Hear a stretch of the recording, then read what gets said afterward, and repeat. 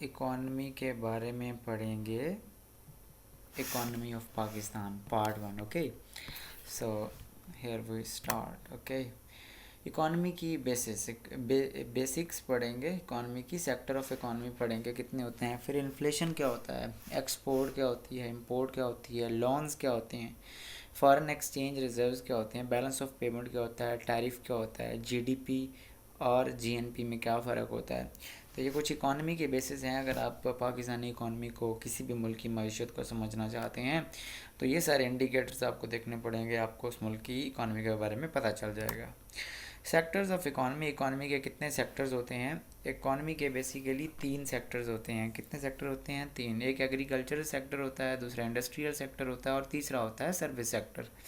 पाकिस्तान की इकॉनमी में जो एग्रीकल्चर सेक्टर है उसका जो शेयर है वो 19% है और इंडस्ट्रियल सेक्टर का शेयर 18% है और जो सर्विस सेक्टर है उसका है 59.6%। इंडस्ट्रियल सेक्टर, एग्रीकल्चर सेक्टर और इंडस्ट्रियल सेक्टर का आपको पता होगा।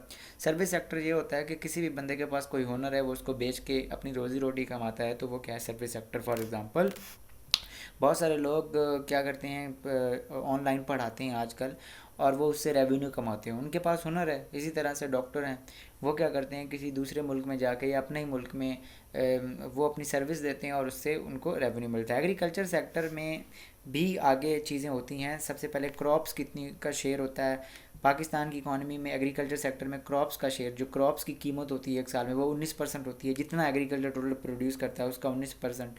लाइफ स्टॉक सबसे ज़्यादा होता है 60%, मतलब गाय भैंस बकरियाँ, ये सारी पाकिस्तान की जो एग्रीकल्चर सेक्टर उसमें बहुत ज़्यादा इसका कंट्रीब्यूशन है। फिर फिशरी 2.06। इस तरह ये इस साल ये एक ही सेक्टर था पाकिस्तान की इकॉनमी में जिसने पॉजिटिव ग्रोथ शो की, बाकी सारे कोरोना की वजह से उड़ गए हैं। इंडस्ट्रियल सेक्टर में दो होता है, दो चीज़ें होती हैं, एक लार्ज स्केल और दूसरी स्मॉल स्केल जो हमारी कंपनियां होती हैं। और इस साल इसकी जो ग्रोथ थी वो -2.8 थी। सर्विस सेक्टर क्या होता है वो आपको पहले ही मैंने बताया, और इसकी इस साल ग्रोथ कितनी थी, -0.59। Our economy is not sustainable, और बैलेंस, हमारी इकॉनमी बैलेंस्ड या फिर सस्टेनेबल नहीं है। उसकी वजह क्या है, और आप देख सकते हैं कि सर्विस सेक्टर का शेयर कितना है, 60%। सर्विस सेक्टर का शेयर कितना है, 60% है, और बाकी सेक्टर 20-20% है। इंडस्ट्री नहीं होगी तो कैसे इकॉनमी आपकी बढ़ेगी, आपकी एक्सपोर्ट ही नहीं होगी तो आप, हमारी इकॉनमी कोई अच्छी इकॉनमी सस्टेनेबल नहीं, हर आदमी नौकरी के पीछे भागता फिर रहा है। ठीक है, तो ये वजह है कि हमारी इकॉनमी सस्टेनेबल नहीं है। फिर एक्सपोर्ट और इंपोर्ट का हम कंपैरिजन करते हैं। और करंट अकाउंट डेफिसिट क्या होता है। Pakistani goods are bought by Europeans. In short, if goods are transported to another country and are bought by foreign nationals, these goods are called exports. We earn dollar through it.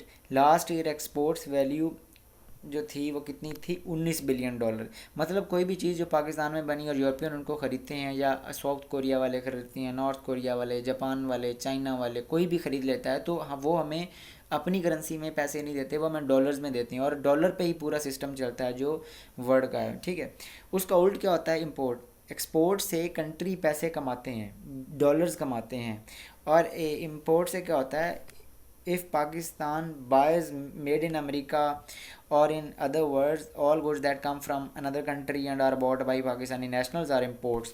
जो भी चीज़ बाहर से आती है हम ख़रीदते हैं तो वो हम डॉलर में उनको पे करते हैं, हमारा बाबा कायदे आज़म वाला नोट नहीं चलता। इससे हम क्या करते हैं, डॉलर को लूज़ करते हैं। और $36 बिलियन की अपनी इम्पोर्ट्स थी, पिछले साल की बात है, ये जो रिसेंटली करंट मैं बता रहा हूँ। रेमिटेंसेस क्या होती हैं, किसी का कोई अब्बा है, चाचा है, मामा है, ताया है, वो अमेरिका में रहता है, वो किसी भी मुल्क में रहता है, वो पाकिस्तान में जो पैसे भेजता है वो डॉलर में भेजेगा, वो वहाँ से डॉलर में भेजता है, तो वो रेमिटेंसेस होती हैं। इनको क्या कहते हैं, रेमिटेंसेस। जो पाकिस्तानी नेशनल जो बाहर अपने काम करते हैं, कुछ मज़दूर हैं, कुछ डॉक्टर हैं, कुछ फलाना है, कुछ किसने कंपनी लगाई हुई है, वो पैसे जितने भी पाकिस्तान में भेजते हैं वो डॉलर्स में आते हैं और इसको रेमिटेंसेस बोलते हैं। ये कितनी, $18 बिलियन की थी रिसेंटली। करंट अकाउंट डेफिसिट ये होता है कि खसारा हो गया, अपनी डॉलर बैलेंस्ड नहीं है, इसको करंट अकाउंट डेफिसिट बोलते हैं। ये अपना कितना है, $2.8 बिलियन का है। देखें, एक्सपोर्ट से हम डॉलर कमाते हैं, रेमिटेंसेस से भी हम डॉलर कमाते हैं। इन दोनों को आप जमा कर दो, और इम्पोर्ट्स और जो फॉरेन डायरेक्ट इन्वेस्टमेंट किसी मुल्क से भाग गई है, जितने डॉलर जो इन्वेस्टर हैं वो लेके भाग गए हैं दूसरे मुल्क में, और जो इम्पोर्ट्स होती हैं ये दोनों होती हैं डॉलर्स जितने हमारे हाथ से निकल गए हैं, और जो एक्सपोर्ट्स और रेमिटेंसेस होती हैं ये होती हैं जितने डॉलर हमारे हाथ में हैं। एक्सपोर्ट और रेमिटेंसेस को जमा करने के बाद माइनस करते हैं अगर हम इम्पोर्ट्स और आउटफ्लो ऑफ मनी जो एक साल में होता है, तो हमारे पास करंट अकाउंट डेफिसिट आ जाता है। होप आपको समझ लग गया होगा। इन्फ्लेशन क्या होता है, BOP बैलेंस ऑफ पेमेंट क्या होता है, टैरिफ क्या होती है। इन्फ्लेशन इज कॉल्ड महंगाई का तूफान।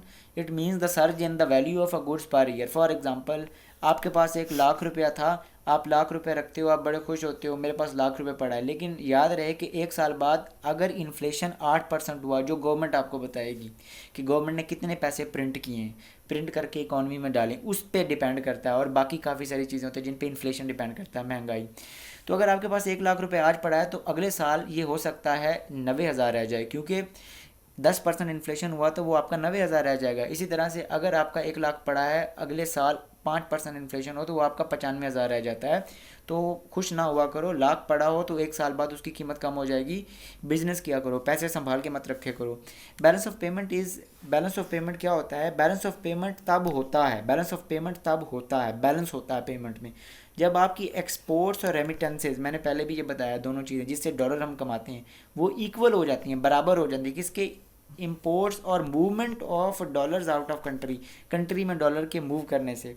ठीक है, अगर दोनों बराबर हो जाए ना इनकी वैल्यू और ज़ीरो हो जाए तो बैलेंस ऑफ पेमेंट आ गया। बैलेंस ऑफ पेमेंट किसी भी कंट्री के लिए फेवरेबल हो जाता है, यानी उसका प्लस में चला जाता है बैलेंस, जब उसकी एक्सपोर्ट और रेमिटेंसेज ज़्यादा होती हैं इंपोर्ट्स और मूवमेंट ऑफ डॉलर से। ठीक है, यानी डॉलर वो कमा रहा है, चाहे वो 2 बिलियन कमाए, 10 बिलियन कमाए। इस तरह से ये अनफेवरेबल हो जाएगी बैलेंस ऑफ पेमेंट जब आपकी इंपोर्ट्स बढ़ जाती हैं और कैपिटल फ्लाइट होते हैं। पाकिस्तान के साथ यही प्रॉब्लम है, इंपोर्ट बहुत ज़्यादा है, एक्सपोर्ट पाकिस्तान की स्टैगनेंट है, फ़्लाइट बहुत ज़्यादा है पैसे की। अभी तो फॉरेन डायरेक्ट इन्वेस्टमेंट आ रही है, लेकिन वो चाइना और बांग्लादेश और इंडिया के इक्वल अभी भी नहीं है। ठीक है, टैरिफ क्या होता है, अब हम टैरिफ के बारे में देखते हैं। टैरिफ ये होता है कि government impose the tax to protect their local industry and discourage the trend of made in foreign. For example, बाहर से जो चीज़ें आई हैं ना किसी मुल्क में, वो हम ख़रीदते हैं, तो गवर्नमेंट अगर ये चाहती है कि हमारे मुल्क के अंदर भी इंडस्ट्री लगे और वो फले फूले, तो वो क्या करती है, जो फॉरेन गुड्स होती हैं जो हमारे मुल्क में आती हैं उस पर टैरिफ लगा देती है। उसकी मिसाल मैं आपको देता हूँ, आपको अब समझ लग जाएगी।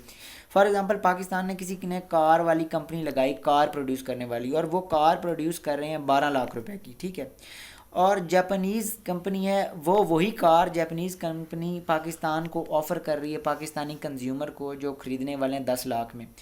अब होगा क्या, गवर्नमेंट क्या करेगी, इम्पोज करेगी tariff to make foreign cars value higher than local cars. अब गवर्नमेंट क्या करेगी, 3 लाख का टैरिफ लगा देगी जापानीज़ कार के ऊपर, ये गवर्नमेंट के पास इंस्ट्रूमेंट होता है, और कहेगी कि आ जाओ भाई, कर लो, बेच लो ये कार पाकिस्तान में।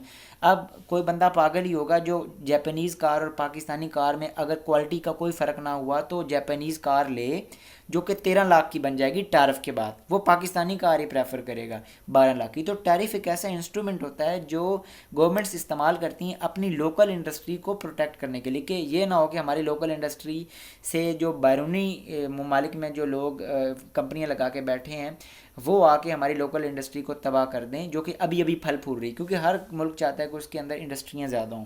ठीक है, इंडस्ट्री ज़्यादा हो।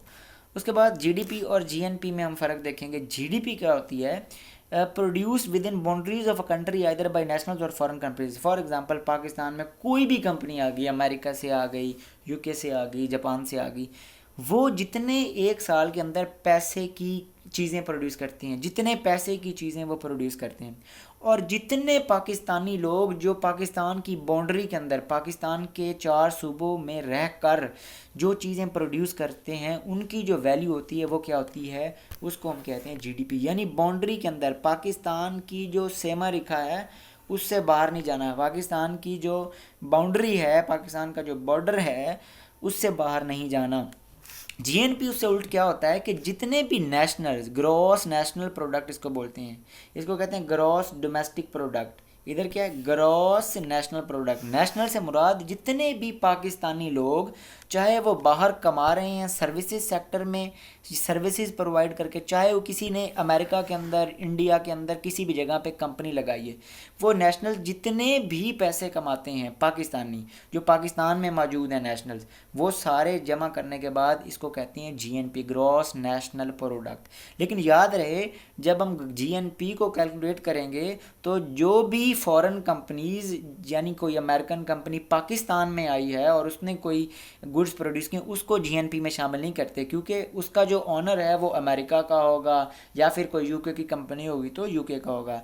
आई होप इस चीज़ की आपको समझ लग गई होगी। अगले पार्ट में हम मॉनेटरी पॉलिसी और फिजिकल पॉलिसी के बारे में देखेंगे, और उसके साथ साथ हम थोड़ा और भी इकॉनमी के बारे में देखें।